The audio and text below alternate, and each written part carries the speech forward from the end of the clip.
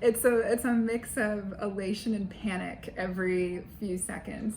It's really wonderful to have this platform. It's my absolute dream. I had no idea how many people go into putting one book out, and the enthusiasm of people who just love storytelling is the best, overwhelming, like loving feeling I've ever experienced. It's a strange thing because you're in your bedroom writing this thing for 3 years, and suddenly you're outside and people say, "What's your book about?" And you're like, "I have no idea what I just wrote about." I mean, first, I hope that they just love the story. It's my favorite thing ever to be reading a book and say, "Oh, I'll just do one more chapter," because I can't get enough of it. So that's definitely goal number one.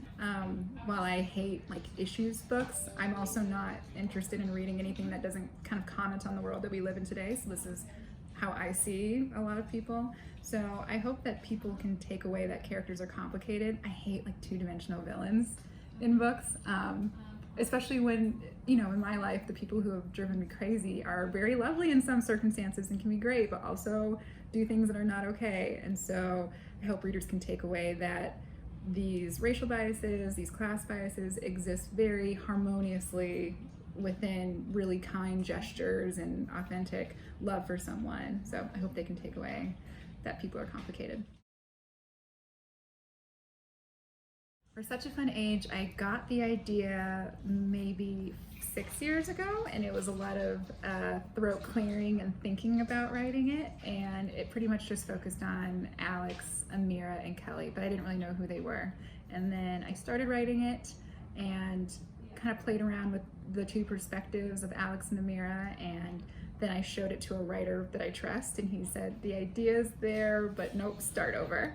And starting over was the best thing I could do. Giving empathy to both characters really made the whole thing take shape, and that's when the grocery store came in, and from there, that was it.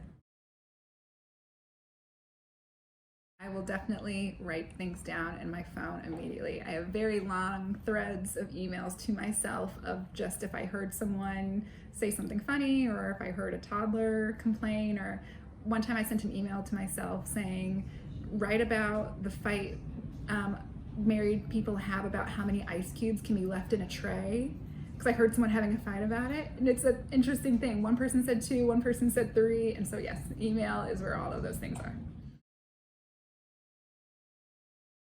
I don't write about myself, so when people say, who are you in this book? The funny thing is I'm no one, but I think I'm also everyone, which is a cheesy thing to say, but true.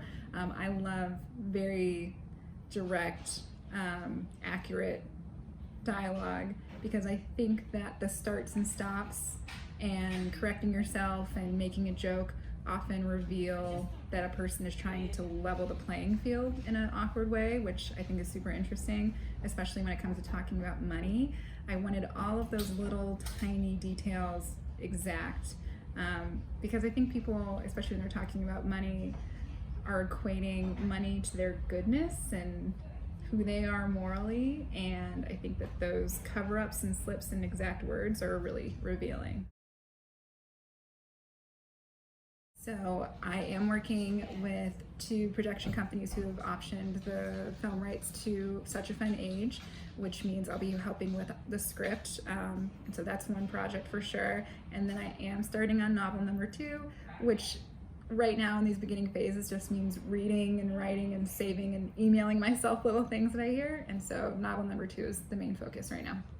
But don't quote me, give me a few years on that one. So.